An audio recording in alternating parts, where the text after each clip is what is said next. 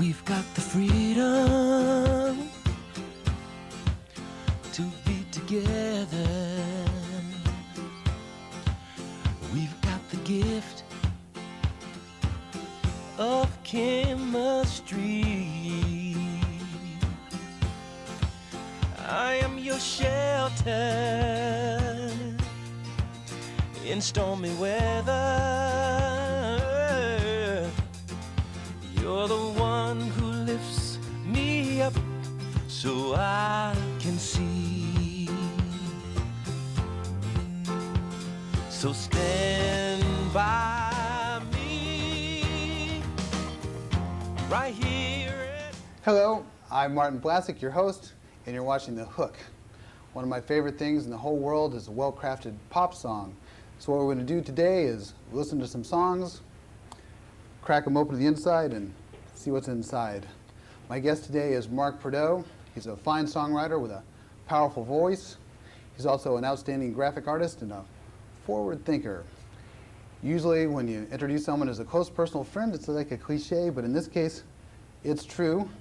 So without further ado, I'd like to ask Mark to play a song for us. And I want you to play Lucy's Had a Butterfly Tattoo. So, ladies and gentlemen, Prudeaux.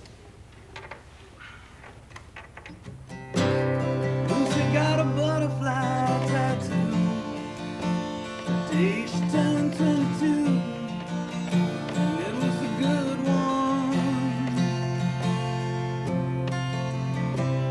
She was just sitting out on the porch, carrying the torch for her generation. She lived in Boston for a while. She was just a child, but Boston and childhood, they're so far away now. Losing innocence is a gradual process, and how we tend to ignore it early on. We're so busy searching for an identity that it takes a while to see our innocence is already gone. Lucy got a butterfly tattoo, but now she's 52, and it don't fly as high. Her daughter's out running the streets, trying to kick up some heat on this chilly Friday night.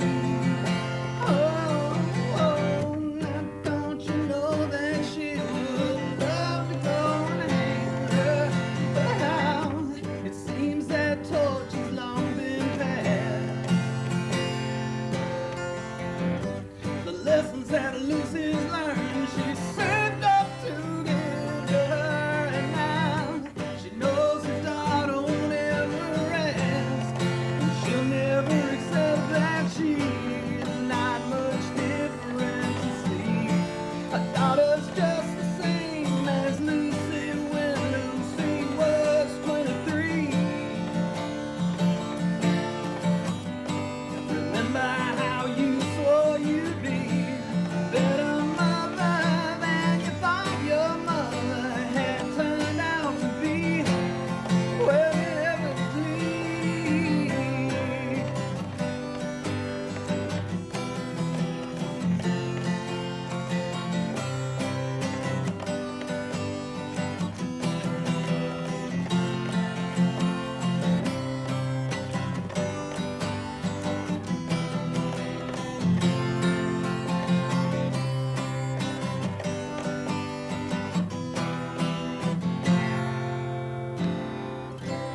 Lucy got a butterfly tattoo the day she turned 22, and it was a good one.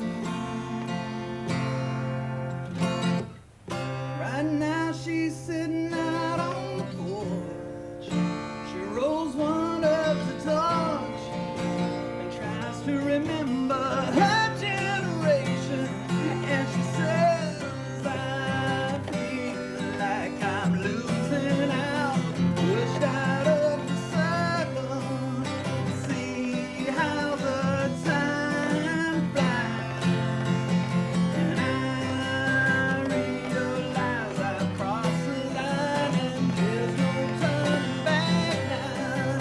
smile and wave goodbye.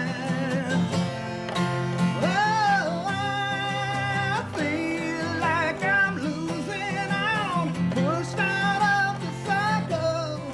I see how the time flies, and I realize I've crossed that line, and there's no turning back. I smile and wave goodbye. Bye, bye. Bye, bye, bye, bye. Ooh, yeah. Bye, bye, bye. You say bye. Bravo, love it, love it. Thank you. That's a great song. Thanks, man. Now, of course, I've heard this song many Absolutely. times before, but I have never really even asked you how you wrote the song. Well, yeah, it's a good question. Now, I guess the thing I want to know about that is, how did I write the song chord for chord? What was the inspiration? Or, you know? Well, was it a hard song to write, or was it easy? Was it one of those that just kind of came right out? Well, I'd say it started out being a pretty easy song, but it's gone through, you know, a metamorphosis, as it were. You know, from my own personal point of view, when I write a songs, I you know, once I start writing it, I want to play it for everybody, and then of course everybody wants to have their own ideas about what to do with it. Everybody's got their own opinion, don't they? So yeah, you know, particularly I guess the ending vamp, or whatever it would be called, was intended to be the chorus. Mm-hmm. In the beginning of the song, or in the end of the song, this part, that was intended to be the chorus, and it played after every verse. Mm-hmm. But the band that I was playing with at the time thought, you know what? Let's not do that. Let's run the first two verses together, and then we'll have the chorus after the second verse, and then after the. You know, it's interesting because you're talking about that, and just hum that melody part in that part you're talking about. I feel like I'm losing out. Yeah, it's kind of like a long pushed out of thing. the circle. But you know what's interesting? This song, like the way it comes in, Lucy's got a butterfly tattoo. I mean, it's just like, seems like a really powerful, like, that just strikes me as like the hook, you know, because some songs, like, you get to the chorus, but some songs, they start right with a hook. And that's what I'm feeling from this song. So, because I know sometimes you think you're building towards the chorus, but actually it seemed kind of cool because that just saves it for the very end. It's like this big, I mean, what I'm perceiving is like an epic repeater. And that's why it is the way it is now, thing, because you know, you and I were discussing the song when I played the song for you, and you happened to point out, you know, I like it better just at the end. Because like I said, at first it started out, it was after every chorus. Then it was, you know, after every verse. And then after that it went to after the second verse, and then now it's just at the end of the song. So let's just talk about, because it's a story song, let's just talk about like the overall concept. Right. I mean, does this come from like the story first? Is it like you got the character in your mind? Because it's funny, because, you know, I've known you so long and I don't even know the answers to these questions. It's pretty interesting to me. Are you seeing a story first, or is it like a guitarist in your hands, you're starting to get a rhythm going and you start to flow with it, or what? How did it come around? Because it's a cool story. Normally how I work is I'll start to mess around with some chords. I'll come up with a chord progression that I like. And normally I work with the verse first. And that's pretty much what I did with this song. And then once I've got some chord progressions, then I just start singing words. Not necessarily